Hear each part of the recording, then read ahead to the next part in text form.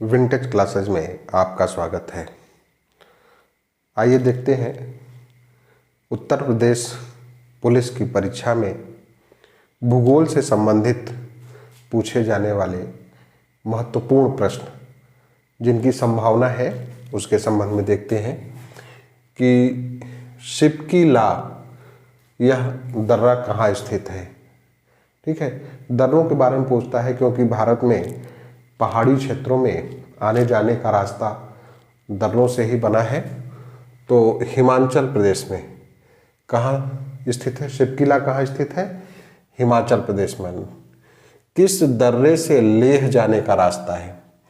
देखिए, जोजिला दर्रा, श्रीनगर से लेह जाने का जो रास्ता है वो जोजिला दर्रे से होकर जाता है।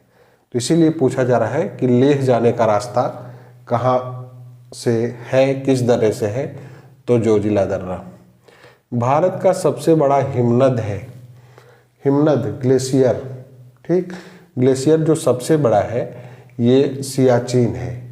ये काराकोरम पर्वत श्रेणी के नुब्रा घाटी में स्थित है। कहाँ है? नुब्रा घाटी में स्थित है। कौन सा? सियाचिन ग्लेशियर। ठीक, चौराबाड़ी ग्लेशियर स्थित है। चौराबाड़ी ये केदारनाथ के उत्तर में, केदारनाथ जो मंदिर है रुद्रप्रयाग उत्तरांचल में, केदारनाथ के मंदिर के उत्तर में चौराबाड़ी ग्लेशियर स्थित है। मेघालय का पठार भाग है। देखिए, मेघालय जो है पूर्वोत्तर भारत का राज्य है, पठारी भाग है। और यह जो है प्रायद्वीपीय जो खंड है भारत का, जो दक्षिण भारत का प्रायद्वीपीय भाग है उसी का भाग है। ठीक है, उसी से जुड़ा हुआ भाग है। वैसी ही प्रकृति पठार में पाई जाती है वहाँ के मेघालय के पठार में। भारत के किस राज्य की तटरेखा सबसे लंबी है?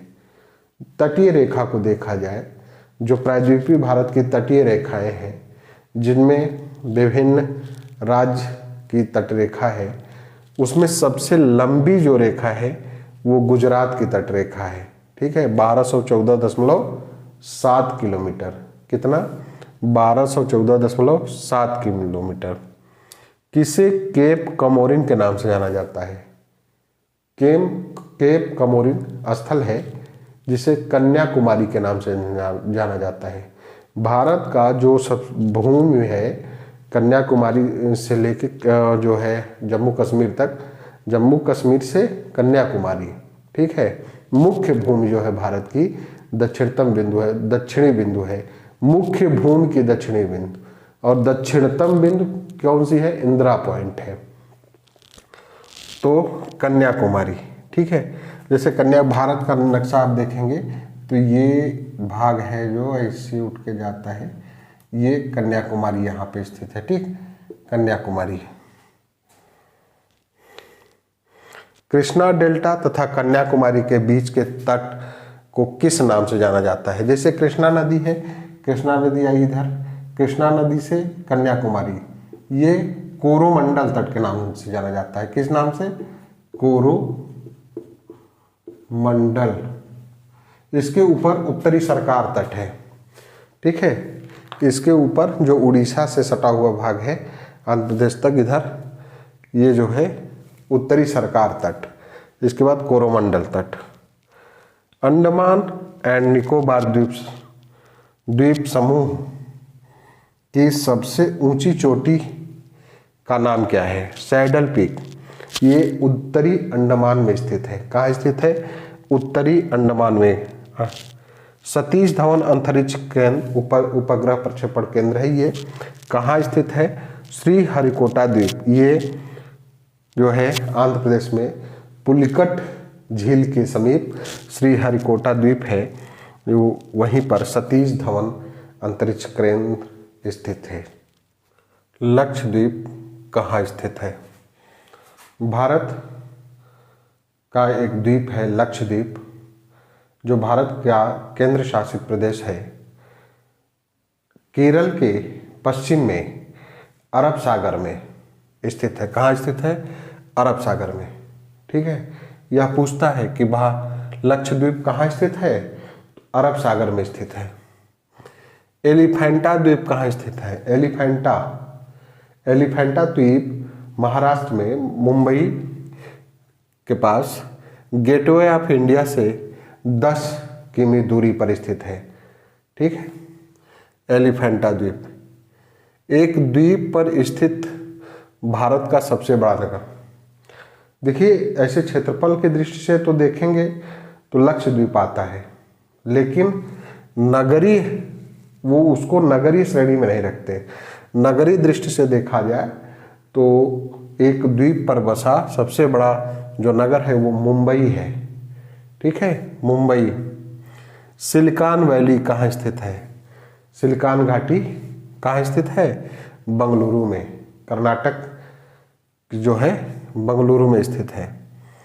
क्षेत्रफल की दृष्टि से भारत का सबसे बड़ा राज्य, ठीक, क्षेत्रफल की दृष्टि से देखा जाए तो भारत का सबसे बड़ा राज्य राजस्थान है।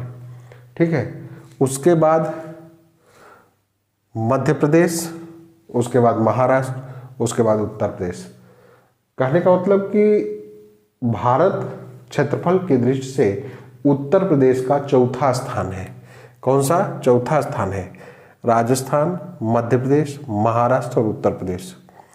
गुजरात की राजधानी गांधीनगर, नागालैंड की राजधानी कोहिमा।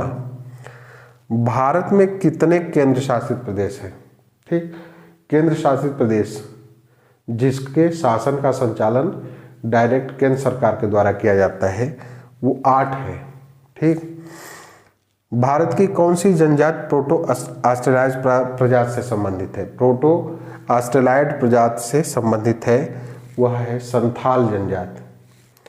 और कौन सी अनुसूचित जनजाति दीपावली को शोक के रूप में मनाती है? थारू। थारू जनजाति जो है दीपावली को शोक के रूप में मनाती है।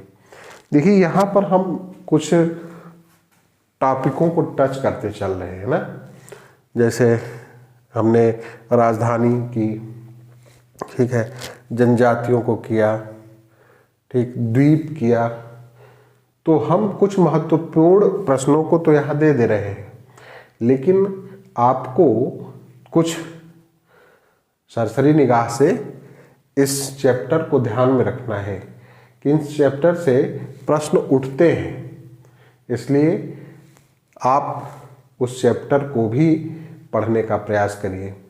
और हमने अपने क्लास में पढ़ाया भी है बहुत सारी चीज़ें, उसको आप देख के भी हमारे द्वारा दिए गए जो YouTube पर वीडियो है वो चैप्टर वाइज, टॉपिक वाइज है, वो दिए गए हैं, उनको देखकर भी आप पढ़ सकते हैं। ठीक है।